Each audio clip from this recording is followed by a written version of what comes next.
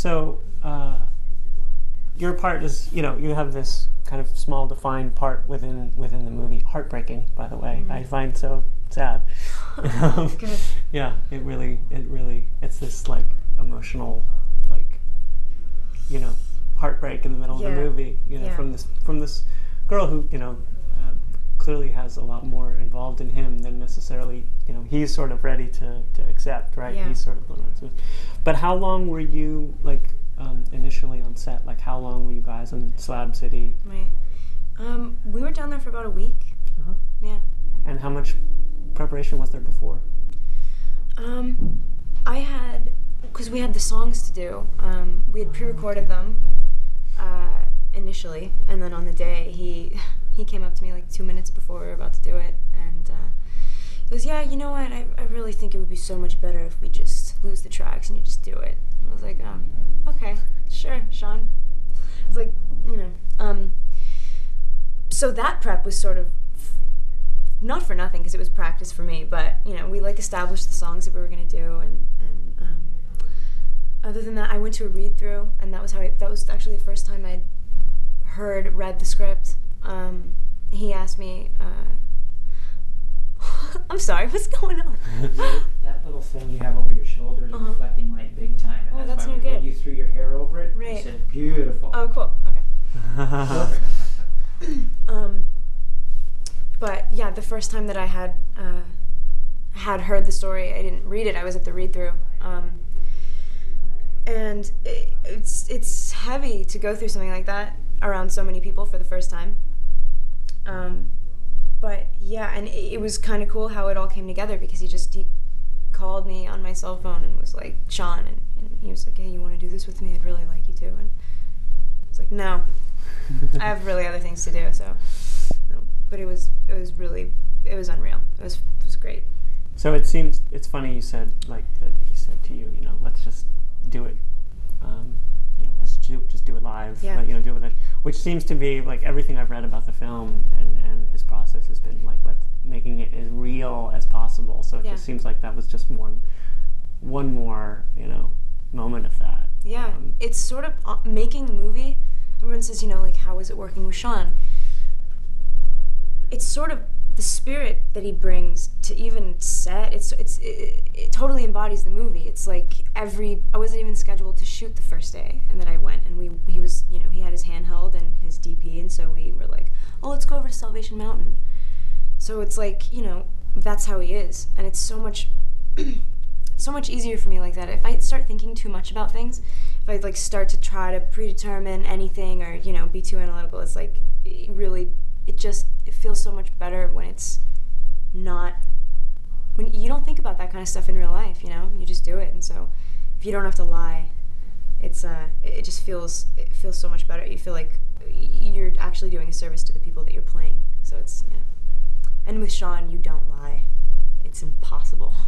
Like, because he sees right through any sort of note of falsity? Is that... Yeah, I don't even know what it is. It's just the scenes that I did with him, I never had that feeling. I never left kind of like I faked that. It's the worst when you have to fake something. And you do it as an actor, especially if you've kind of like, been doing it a little while and you've established like, or you've sort of grown tools that you can like rely on. Really should never crack those out. It should just happen. And with him, it does. I don't know.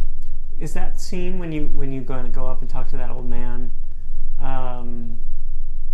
There's some guy who's showing like these Salvation Mountain. That was that scene. Yeah. So that must have been improv, or that guy. I mean, I don't. Yeah. How did that happen? Because it's like it does totally seem like it just sort of happened on the fly, and the camera just sort of caught him. And that's what happened. It was a slug line in the script. It was Chris and Tracy go to Salvation Mountain. And this guy's there, and he lives, really more than probably a couple 100 yards away from the slabs at his mountain. He crashed his hot air balloon there about 30 years ago, and is just like filled and beaming and gushing with like love and, love for God and people, and just, made this mountain in, reverence to that. And it's like this oasis. You're driving through the desert, and all of a sudden it's just like this huge color. It's insane in the middle of the desert. Yeah, it's a really, I mean, it's a beautiful scene. You can see those moments, where it's like, it's the actors, or it's the characters sort of being themselves. Yeah. It's a nice interludes, and there's a lot of those like that, like the apple scene. I know, I love that. Yeah. It's so funny because he told me about that because I shot like the last week that they were filming, and he was like, yeah, I don't think Sean liked it, but I really wanted to eat this apple, and it was really funny. And they used it, Sean ended up really liking it. He thought it was stupid on the day. So about your character's relationship with Chris. What do you think that relationship was like? Because clearly for Tracy, it means so much. Yeah. But I don't know. Do you think for him it didn't mean much? I think to think about that guy, to think about Chris, like as a real person, and also as as what Emil and Sean made him to be. That was always a question, like how was he with girls? He didn't have like girlfriends growing up, but he's like one of the most charismatic, like, I mean, he's like, he's like the greatest guy. And I think probably I think it was just the general idea of Tracy that was great. It wasn't necessarily, it was like maybe he didn't have, you should ask Emil this, it would be interesting. But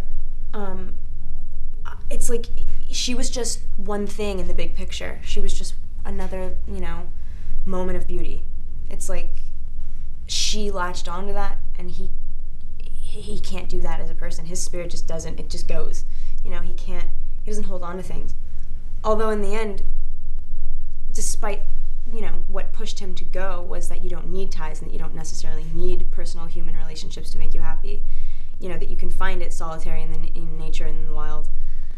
He gets right back, he gets, happiness isn't, what is it? Yeah, happiness is not real. Happiness is only real when shared. Yeah. So, it's full circle, so it's like they have more in common than they think, maybe. Yeah. As all humans do. That's the point. Is it's the most human story. I don't feel like I could talk to anyone in any country on this planet, and I would have a conversation with them about this movie. It's not. Yeah. Yeah. Do you think I don't know, what were your thoughts about, just like, did you read the book, or I mean, did you before getting into the role, did you have did you know who this guy was, or I mean, or at least when you read about or heard about him, right. what sort of thoughts did you have about who he was and what he did? Right. I'd seen the book a million times, and the books I just had never read it. Me too.